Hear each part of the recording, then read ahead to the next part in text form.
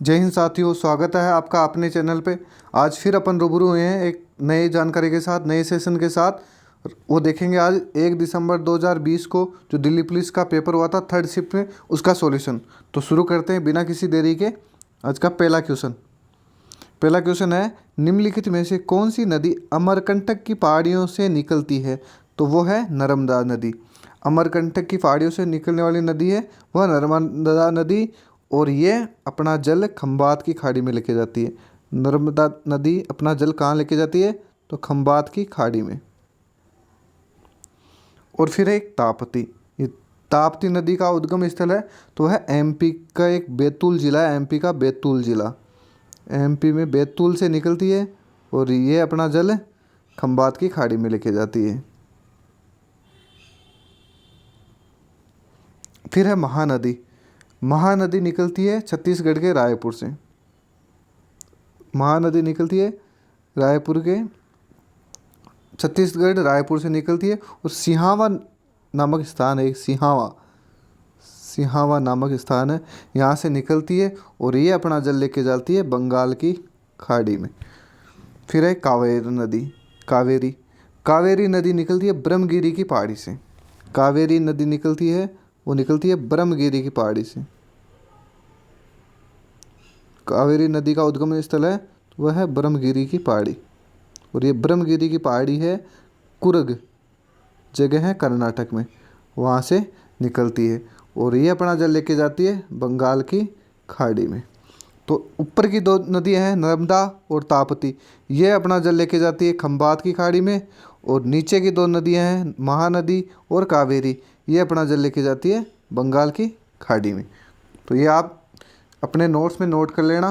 और ज़्यादातर कोशिश यही करना कि हर पेपर का जो सॉल्यूशन करवा रहा हूँ उनको अपने एक डायरी बना के रखना। उसमें जो भी ये डिटेल लिखते हैं क्वेश्चन बना के, उससे आपके संग्रह हो जाएगा क्वेश्चनों का। क्योंकि कोई भी क्वेश्चन जो है एग्ज़ाम है वो ज़्यादातर यही होता है कि उसमें वो रिपीटेड क्वेश्चन होते हैं, या आज ये पूछ रहा है अब ताप्ती के बारे में पूछ लेगा या कावेरी के बारे में पूछ लेगा, और गिने चुने हैं ये पॉइंट ही, नदियाँ कितनी सी है।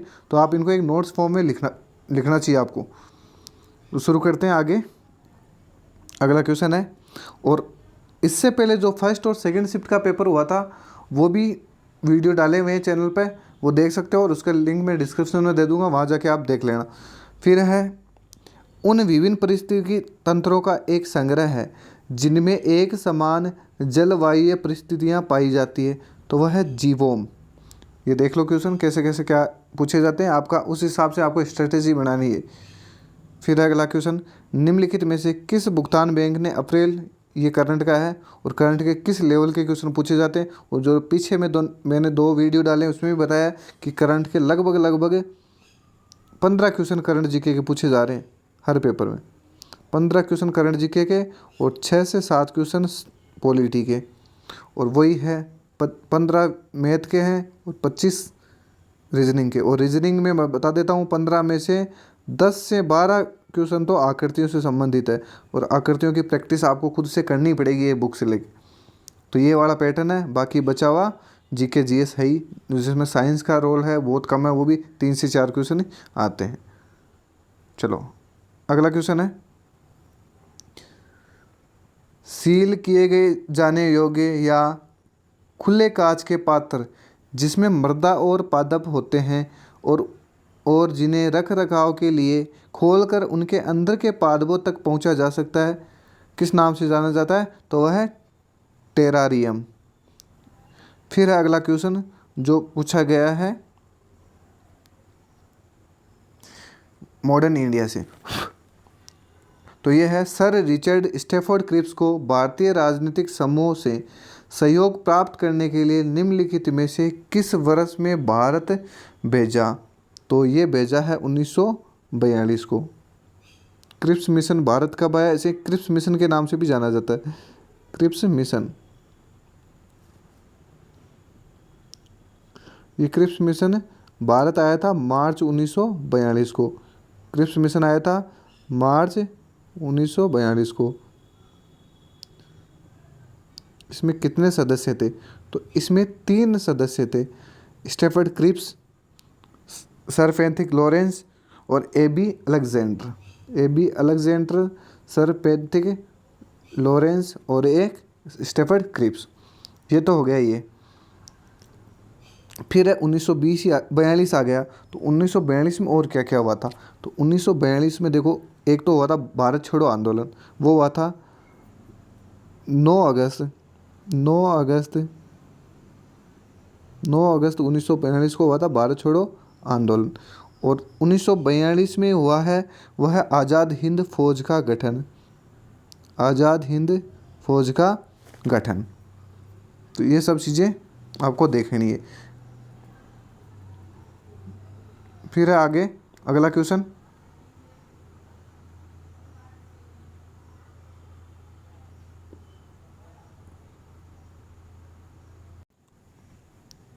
फिर है क्वेश्चन संख्या 6। सम्राट अशोक निम्नलिखित में से किस राजवंश के शासक थे? तो वो थे मौर्य राजवंश के शासक।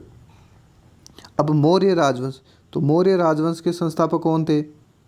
मौर्य राजवंश के संस्थापक थे चंद्रगुप्त मौर्य। मौर्य राजवंश के संस्थापक थे चंद्रगुप्त मौर्य। चंद्रगुप्त मौर्य। अब चंद्रगुप्त मौर्य के बाद में कौन शासक बनते हैं या गद्दी पर बैठते हैं? तो चंद्रगुप्त मौर्य के पुत्र बिंदुसार। चंद्रगुप्त के बाद में बैठते हैं बिंदुसार, और बिंदुसार के बाद बैठते हैं बिंदुसार के पुत्र अशोक। ये हो गया। अब है अगला क्वेश्चन, फिर वापस यही करंट अफेयर का। भारत में सार्वजनिक क्षेत्र के बैंकों की संख्या कितनी थी? तो वो थी 12। फिर अगला क्वेश्चन है, संविधान सभा ने भारतीय संविधान को कब अपनाया? तो वो अपनाया था, ये थोड़ा सा ये त्रुटि बस दिख रहा है मेरे को कि ये तो नहीं हो सकता। इसका सही उत्तर हो जाएगा 26 नवंबर 1949। और इस दिन क्या हुआ था? तो इस दिन संविधान सभा का तीसरा व अंतिम वाचन हुआ था। संविधान का तीसरा और अंतिम वाचन। तीसरा और अंतिम वाचन मतलब संविधान के कितने वाचन हुए थे? तो वो 3 वाचन हुए थे कुल, और 3 ही संविधान की प्रतियां थी, और ये ध्यान रखना है। फिर इस दिन और क्या हुआ? तो इस दिन संविधान सभा का 11वां अधिवेशन हुआ।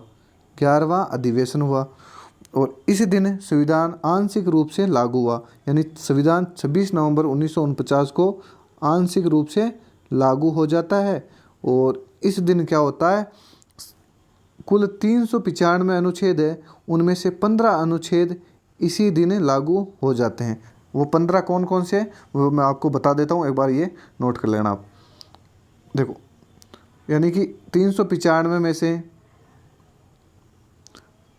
395 अनुच्छेद है अभी भी, और गणना के हिसाब से 465 है, और मूल रूप से ये 395 है।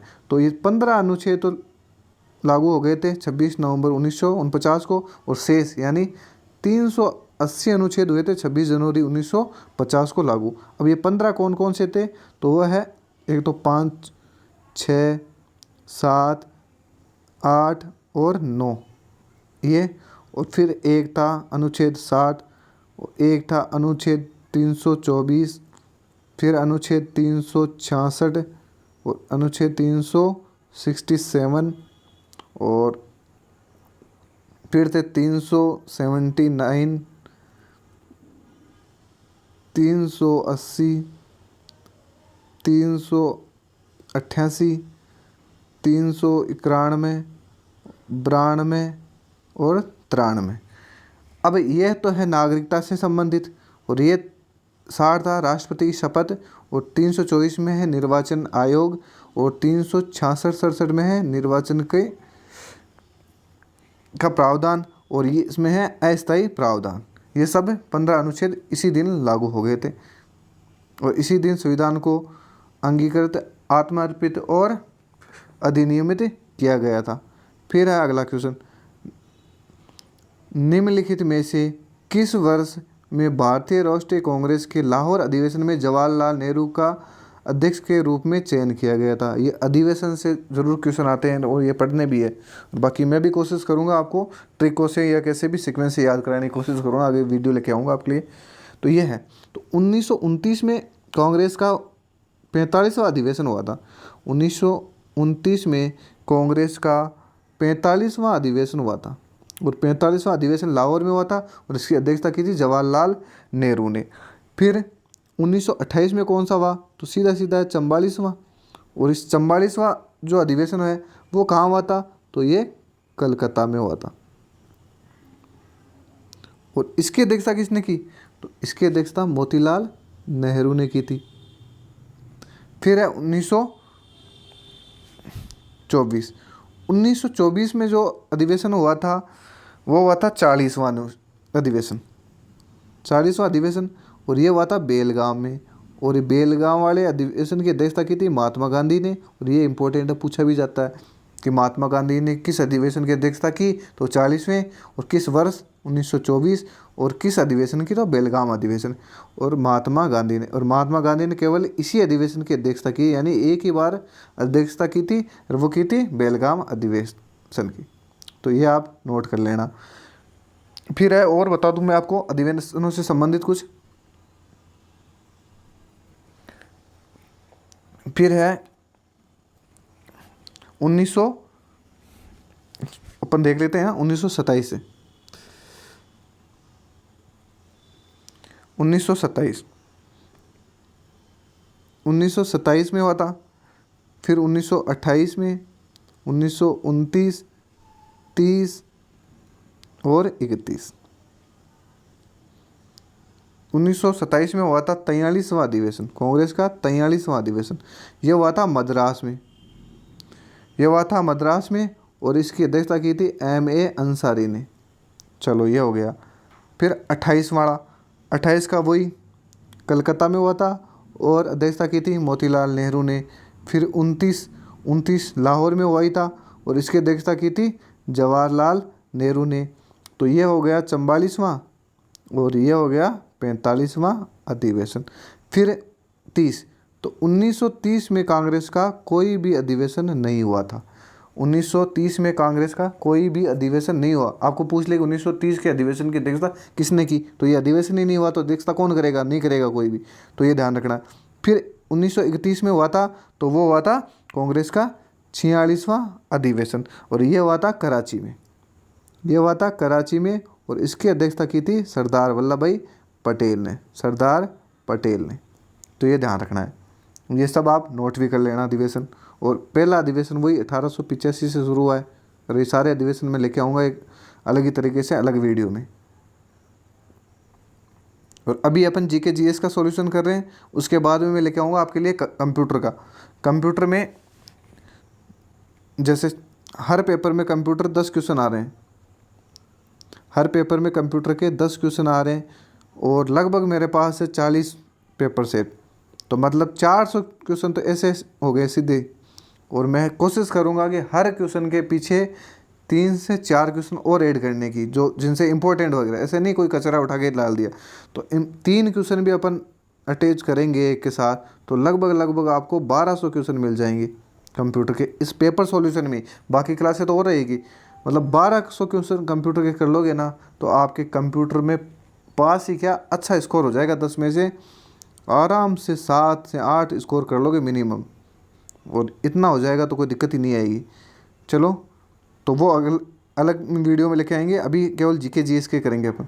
तो ये वाला क्वेश्चन है, निम्नलिखित में से किस तत्व की विषाक्तता के कारण इटाई रोग होता है, तो वह कैडमियम की कमी से, कैडमियम की अधिकता से, कैडमियम की वजह से। फिर है यही करंट का है, तो करंट का आपको अपने हिसाब से देखना किस लेवल के क्वेश्चन आते हैं, और करंट का मैं अलग से करवाऊँगा, इसमें का तो कोई अपना रोल है ही नहीं, इसमें कोई काम का नहीं है। फिर है निम्नलिखित में से किस अनुच्छेद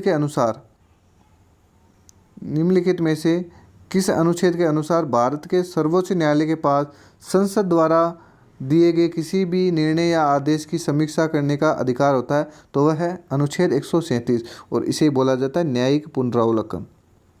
न्यायिक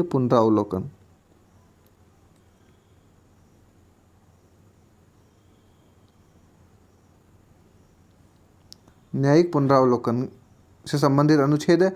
इसमें क्या होता है कि सर्वोच्च न्यायालय को ऐसी शक्ति दी गई है कि संसद द्वारा कोई भी नियम बनाया जाए और उसको ये निरस्त कर सकता है। तो इसमें ये ध्यान रखना, न्यायिक पुनरावलोकन का अधिकार या शक्ति दी गई है, तो वो 137 में सर्वोच्च न्यायालय को दी गई है। तो अगला है, ब्रह्मांड में पाई जाने वाली सबसे प्रचुर और सबसे हल्की गैस कौन सी है? तो वह है हाइड्रोजन। फिर वही क्वेश्चन का, और मैं हर वीडियो में यही बोलता हूँ, खेल, पुरस्कार, करंट अफेयर में सबसे ज़्यादा रोल है इनका, तो ये ध्यान से देखना, पढ़ लेना अच्छे से। फिर है, उष्णकटिबंधीय वर्षा के कारण होने वाले तीव्र अपरदन के कारण निम्नलिखित में से कौन सी प्रकार की मृदा की उर्वरता कम हो जाती है? तो वह है लेटेराइट। इसमें फिर मैं आपको एक चीज़ बता देता हूँ, आपकी रणनीति में क्या होनी चाहिए, क्योंकि ये खेल ही रणनीति का है। कंपटीशन एग्जाम में खेल पूरा रणनीति का है। आपको पहले बात तो जो भी पेपर सॉल्यूशन कर रहे हैं उसमें क्वेश्चन देखने से ज़्यादा ये देखना है कि मेरे को क्या गलती नहीं करनी है, कौन सा पेपर किस हिसाब से आ रहा है और कितनी क्या कट ऑफ रहती है। मैंने कट ऑफ के अभी फर्स्ट वीडियो में बताया कि कट ऑफ 2016 में 77 थी जनरल मेल की, फिर 2020 में 72 थी जनरल मेल की, ये भी नॉर्मलाइजेशन होने के बाद में। इसमें नेगेटिव मार्किंग नहीं थी, इसमें थी नेगेटिव मार्किंग। नॉर्मलाइजेशन में 15 से 20 नंबर भी बढ़ते हैं, जिसकी एक्यूरेसी अच्छी होगी तो आप मोटा मोटा आइडिया लगा सकते हो कि 50 वाला भी सिलेक्शन हो जाता है, 55 वाला भी होता है, जिससे ज़्यादा नंबर बढ़ जाते हैं हो जाता है। और 100 में से इतने नंबर तो आप ला सकते हो आराम से। टारगेट तो लंबा ही रखना है, मैं नहीं बोल रहा कि आप 50 ही रखो, 70 से 80 रख लो, लेकिन पेपर करते टाइम पर नहीं रखना है ये टारगेट।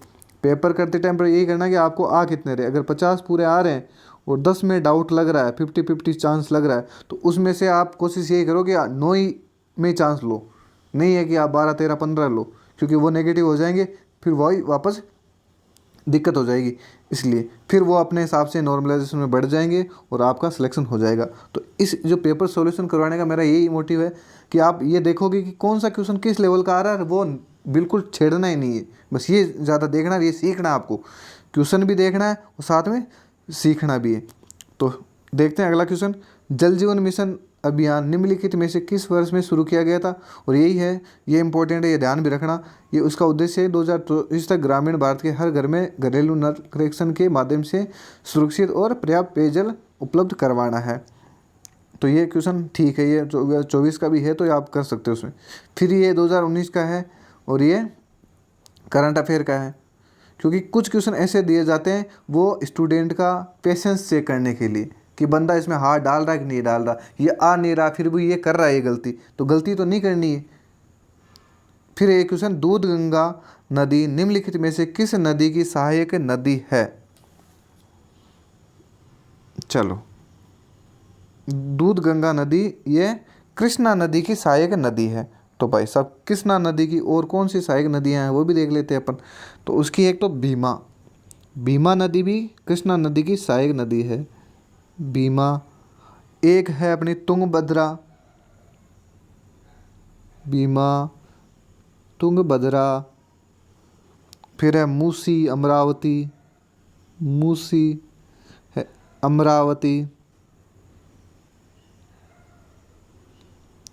मूसी, अमरावती, कोयना के बाद में पंचगंगा। साथ में नोट भी करते रहना, आपको एक इसी हिसाब से बढ़ा ना क्वेश्चन लिखा ऑप्शन के हिसाब से, फिर 360 डिग्री के हिसाब से पढ़ा करो। कुछ चीज़ें आप भी वहाँ, फिर और आपको कोई नई चीज़ मिले आप वहाँ ऐड कर दो, यानी आपके नोट्स ऐसे बन जाएंगे बहुत अच्छे। पंचगंगा और एक दूध गंगा ये ऊपर लिखी हुई है, पंचगंगा दूध गंगा, ये ध्यान रखना है। और एक घाट प्रभा और मलय प्रभा, ये सब कृष्णा नदी की सहायक नदियां हैं। तो ये आप नोट कर लेना, ये अभी स्क्रीनशॉट भी ले सकते हो या साथ में वीडियो स्किप करके भी लिख सकते हो, लिखना ज़रूर है। फिर आती है अपने गोदावरी के बारे में भी थोड़ा सा बता देता हूँ आपको। गोदावरी को वृद्ध गंगा या दक्षिण की गंगा के नाम से भी जाना जाता है। गोदावरी को वृद्ध गंगा या दक्षिण की गंगा के नाम से भी जाना जाता है। और इसका उद्गम स्थल था, यह इसका उद्गम स्थल हुआ है वो त्र्यंबक की पहाड़ी से।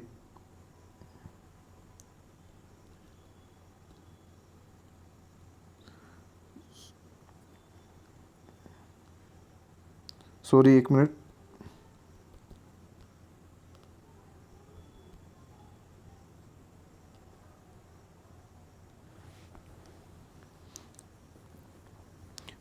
गोदावरी नदी का उद्गम हुआ है त्र्यंबक की पहाड़ी, और यह है नासिक, महाराष्ट्र में।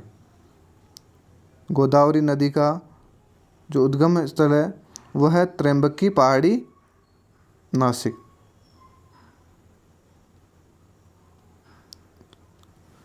नासिक से, और ये नासिक है महाराष्ट्र में। और ये जो गोदावरी नदी है ये प्रायद्वीपीय भारत की सबसे बड़ी व लंबी नदी है। प्रायद्वीपीय भारत की सबसे बड़ी व लंबी नदी है गोदावरी नदी। और इस गोदावरी नदी की सहायक नदियां हैं, एक तो है पेनगंगा और वेनगंगा। देखो, पेनगंगा और वेनगंगा।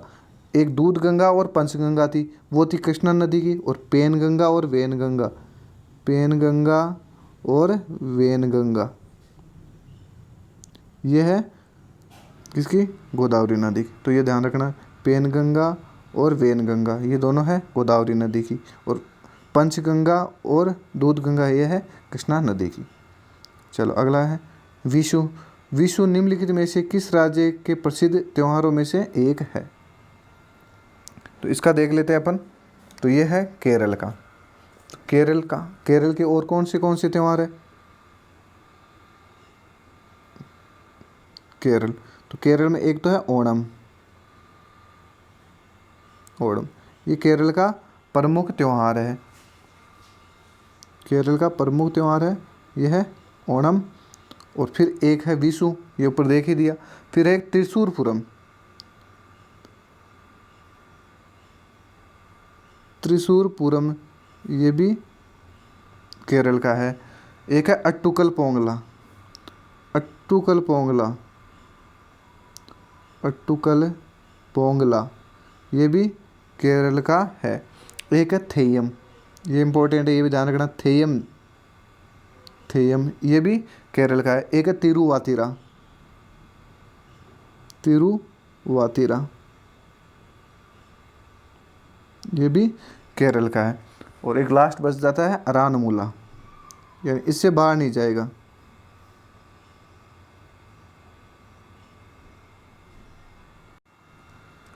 फिर है अगला क्वेश्चन,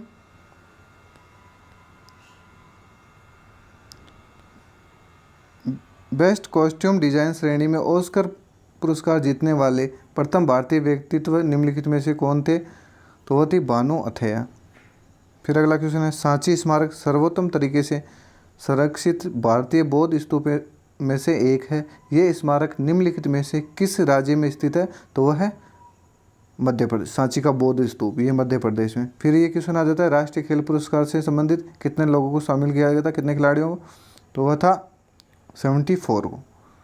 फिर अगला क्वेश्चन है, निम्नलिखित में से ये वाला है, खिलाड़ियों में अंतर्राष्ट्रीय स्तर की प्रतियोगिता में उत्कृष्ट प्रदर्शन है देने के लिए सक्षम करने हेतु लगातार उत्कृष्ट और सराहनीय कार्य करने वाले कोचों को, इसमें ये पुरस्कार है द्रोणाचार्य, ये केवल कोचों को दिया जाता है। तो इसकी शुरुआत कब हुई थी? द्रोणाचार्य पुरस्कार की शुरुआत हुई थी 1985 को। 1985 को द्रोणाचार्य पुरस्कार की शुरुआत हुई थी। और इसमें 15 लाख रुपए दिए जाते हैं पुरस्कार रूप में, तो ये ध्यान रखना। अर्जुन पुरस्कार 1961 में शुरुआत हुई थी इसकी, तो ये दोनों ध्यान रखना। फिर है अगला क्वेश्चन, वही खेल से अपने करंट से रिलेटेड है, अंतर्राष्ट्रीय पुरस्कार, ये हर में पूछा जा रहा है, पीछे भी पूछा था ये। फिर है, कुल जमाओं का वह निश्चित प्रतिशत होता है जो बैंकों को केंद्रीय बैंक के पास रखना होता है, तो वह CRR, कैश रिजर्व रेशियो या नगद आरक्षित अनुपात। फिर है 1857 की क्रांति से संबंधित, रानी लक्ष्मीबाई ने ब्रिटिश औपनिवेशिक शासकों के साथ लड़ाई करते हुए निम्नलिखित में से किस वर्ष में वीरगति प्राप्त की? तो वो थी 1858 को। और रानी लक्ष्मीबाई का अंतिम युद्ध हुआ था, वो हुआ था ह्यूरोज के साथ। और रानी लक्ष्मीबाई ने 1857 की क्रांति में झांसी से अपना या क्रांति का नेतृत्व किया था झांसी में रानी लक्ष्मीबाई ने। जैसे दिल्ली में बहादुर शाह, ट्रिक भी अपने दिल बहादुर है, ये मैं सब 1857 की क्रांति आपको ट्रिक से करवाने वाला हूँ। कान पे ताना और ये वाली ऐसे ट्रिक है। फिर है इसमें कि जो रानी लक्ष्मीबाई थी, इनका युद्ध तो अंतिम युद्ध हुआ था वो हीरोज के साथ हुआ था। और इसका मूल नाम, रानी लक्ष्मीबाई का मूल नाम क्या था, तो वो था मणिकर्णिका। रानी लक्ष्मी का मूल नाम था मणिकर्णिका। और रानी लक्ष्मीबाई की जन्म स्थली थी तो वह है वाराणसी, वाराणसी। और इनकी समाधि थी वो थी ग्वालियर। तो जन्म स्थली वाराणसी और समाधि ग्वालियर, मूल नाम मणिकर्णिका। और इनकी जो इनकी डेथ हुई थी या ये वीर गति को प्राप्त हुई थी 1858 को। और इनका अंतिम युद्ध हीरोज के साथ था। और इन्होंने 1857 की क्रांति में झांसी से नेतृत्व किया था। चलो अगला क्वेश्चन है, निम्नलिखित में से किस प्रकार के बाजारों में खरीदार और विक्रेता, जो मुख्य रूप से व्यक्ति और संस्थान होते हैं, वित्तीय प्रतिभूतियों जैसे कि बॉन्ड और स्टॉक का व्यापार करते हैं, तो उसे कहा जाता है पूंजी बाजार। चलो अगला क्वेश्चन है, निम्नलिखित राजवंशों में किसके शासनकाल के दौरान गोलकुंडा के किले का निर्माण किया गया, तो वह था काकतीय। अब ये क्वेश्चन है, ये बिल्कुल ऐसे लग रहा है कि छोड़ने लायक है, अगर नहीं आ रहा तो तुक्का भी नहीं लगाना इसमें। फिर ये करंट का है, देख लीजिए कैसा क्वेश्चन पूछे जा रहे हैं, उसी हिसाब से आपको तैयारी करनी है। फिर अगला क्वेश्चन, दक्षिण भारत की सबसे ऊंची चोटी, दक्षिण भारत की सबसे ऊंची चोटी कौन सी है, तो वह है अन्नामुडी। दक्षिण भारत की सबसे ऊंची चोटी है वह है अन्नामुडी। और यह है अन्नामलाई की पहाड़ी पर स्थित है। यह है अन्नामलाई की पहाड़ी पर स्थित है। जो अन्नामुडी पहाड़ी चोटी है वो कहाँ स्थित है, तो अन्नामलाई पहाड़ी पर, अन्नामलाई पहाड़ी पर। और इसकी ऊंचाई है वह 2696 मीटर, अन्नामुलाई। फिर है ये डोडा बेटा, तो ये दक्षिण भारत की दूसरी ऊंची चोटी है जिसकी ऊंचाई है 2637 मीटर। अब देख लो, अगर ये अन्नामुडी ऑप्शन में नहीं होता तो दक्षिण भारत की सबसे ऊंची चोटी हो जाती डोडा बेटा। और ये है, अगर दोनों आ जाए तो अन्नामुडी आंसर हो जाएगा। यानी कि पहली जो ऊंची चोटी है वह अन्नामुडी और दूसरी जो ऊंची चोटी है दक्षिण भारत की वह है डोडा बेटा। इसकी ऊंचाई है 2637, इसकी है 2696। ये आप लिख लें। फिर अगला क्वेश्चन है, थिरुमलाई, थिरुमलाई नायकर महल निम्नलिखित में से किस शहर में स्थित है, तो वह है मदुरै में। फिर अगला क्वेश्चन है, वित्त विधेयक केवल लोकसभा में प्रस्तुत किया जाता है, बिल्कुल सही है। फिर अगला क्वेश्चन है, अनुच्छेद 32 भारतीय संविधान के किस भाग से संबंध रखता है, अनुच्छेद 32 भारत के किस भाग से संबंधित रखता है संविधान में, तो वह है भाग 3। इसे संवैधानिक उपचारों का अधिकार भी कहा गया है। यानी अनुच्छेद 32 को संवैधानिक उपचारों का अधिकार भी कहा गया है, संवैधानिक उपचारों का अधिकार।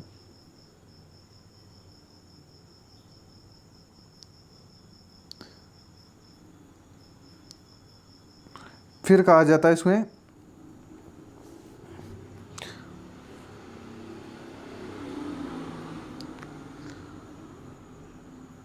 इसे ही भीमराव अम्बेडकर ने संविधान की आत्मा भी कहा है। संवैधानिक उपचारों का अधिकार है, संविधान की आत्मा भी कहा है। और फिर भाग 4, भाग 4 में क्या है, तो भाग 4 में नीति निर्देशक तत्व है, नीति निर्देशक तत्व भाग 4 में। और भाग 2 में वही नागरिकता, तो ये ध्यान रखना है। और इसमें 3 में वही है, ये 32 है, वो ये मूल अधिकार। यानी कि भाग 2 में है नागरिकता, 3 में है मूल अधिकार और 4 में है नीति निर्देशक तत्व। नागरिकता है 2 में, 3 में मूल अधिकार और इसमें नीति निर्देशक तत्व, ये ध्यान रखने थे। चलो अगला क्वेश्चन है, अमीर खुसरो एक शाही कवि थे, वे निम्नलिखित में से किस सूफी हजरत के शिष्य थे, तो वो थे सैयद मोहम्मद निजामुद्दीन औलिया के शिष्य थे। फिर अगला क्वेश्चन, भारत सरकार ने द्वितीय पिछड़ा वर्ग आयोग की नियुक्ति निम्नलिखित में से किस वर्ष में की थी? तो वो की थी 1979 में। फिर अगला क्वेश्चन है, मत्स्य उत्पादन पर पर्यावरणीय नियंत्रण में सुधार के लिए कृषि आधारित प्रणाली विकसित की गई थी, तो वो थी बायोफ्लॉक। फिर अगला क्वेश्चन है वही करंट का और बजट से रिलेटेड है। फिर ये पहाड़ी से रिलेटेड क्वेश्चन कि नल्ला मल्ला की पहाड़ियाँ निम्नलिखित में से किस राज्य में स्थित है? तो नल्ला मल्ला की पहाड़ियाँ आंध्र प्रदेश में स्थित है। तो आंध्र प्रदेश में और कौन सी पहाड़ियाँ हैं? तो एक तो है एरामल्ला,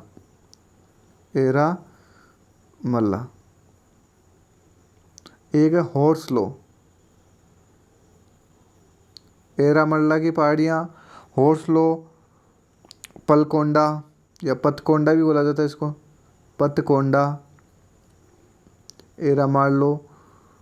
एरामल्ला, हॉर्सलो और तो पतकोंडा, और एक है तिरुमाला।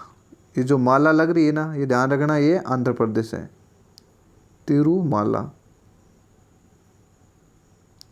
तिरुमाला, पतकोंडा, हौसला और एरामल्ला और ये नल्लामल्ला, ये कहाँ है? आंध्र प्रदेश में।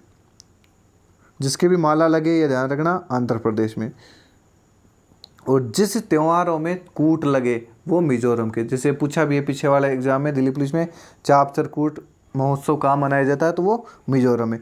और वहीं एक तो मीम कूट, पापला कूट और तहकूट, ये कूट वाले जितने भी महोत्सव है वो मिजोरम में। फिर ये क्वेश्चन आ गया करंट का ही, वो आंसर इसका तानिया शेरगिल। फिर अगला क्वेश्चन है, भारतीय संविधान का प्रथम संविधान संशोधन अधिनियम निम्नलिखित में से किस वर्ष लागू किया गया? तो लागू किया था 1951 में। और इसमें क्या हुआ था? तो इसमें 9वीं अनुसूची जोड़ी है। देखो मूल संविधान में कितनी अनुसूचियाँ थी? तो सर 8 अनुसूचियाँ थी, ठीक है। वर्तमान में कितनी है? 12 है। कितनी जुड़ी? 4 जुड़ेगी। कब जुड़ी? तो वही देख लेते हैं। 9वीं जुड़ी है, 10वीं जुड़ी है, फिर 11वीं और फिर 12वीं। तो 9वीं तो जुड़ी है प्रथम संविधान संशोधन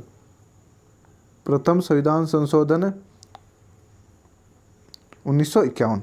1951 के बाद 52, तो मतलब 10वीं जुड़ी है 52वां संविधान संशोधन, और यह था अधिनियम 1985 का। यानी 52वां संविधान संशोधन 1985 में हुआ, उस समय 10वीं अनुसूची जुड़ी। फिर 11वीं जुड़ी थी 73वां संविधान संशोधन 1993 में। और फिर 12वीं अनुसूची जुड़ी है, वह जुड़ी है 74वां संविधान संशोधन 1973 के तहत। तो ये ध्यान रखना है।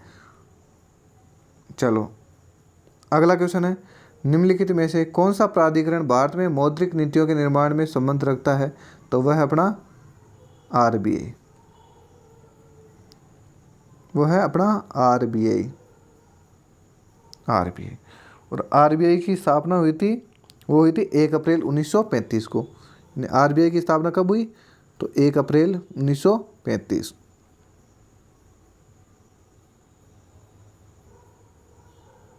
एक अप्रैल 1935 को।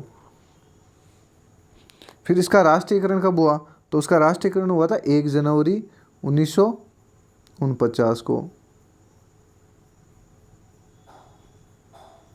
और एक है अपना ये प्रतिभूति बोर्ड वाला, इसे ही सेबी बोला जाता है। ये भी पूछा जाता है सेबी का। सेबी बहुत इंपॉर्टेंट है। तो इसकी स्थापना कब हुई थी सेबी की? तो 12 अप्रैल 1988 को। और सेबी का मुख्यालय है वो है बम्बई में या मुंबई में। सेबी का मुख्यालय कहाँ है?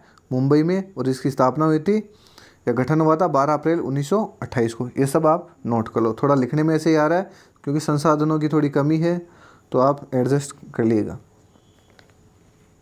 ठीक है। फिर अगला क्वेश्चन है, रामचरितमानस महाकाव्य के रचयिता निम्नलिखित में से कौन है? तो वह है तुलसीदास। फिर अगला अपना मेघालय का लोकप्रिय फसल कटाई त्यौहार निम्नलिखित में से कौन सा है? तो वह है वंगाला। अब मेघालय के अन्य त्यौहार, तो तो एक तो साध सुख, वंगाला मेघालय का फसल कटाई त्यौहार है, और मेघालय के अन्य त्यौहार है तो वह है साध सुख। साध सुख मेघालय के अन्य त्यौहार है साध सुख। और दूसरा है इसमें वंगाला, और ये गारो जनजाति द्वारा मनाया जाता है। और एक है माइन सीम। ये सब मेघालय के त्यौहार है।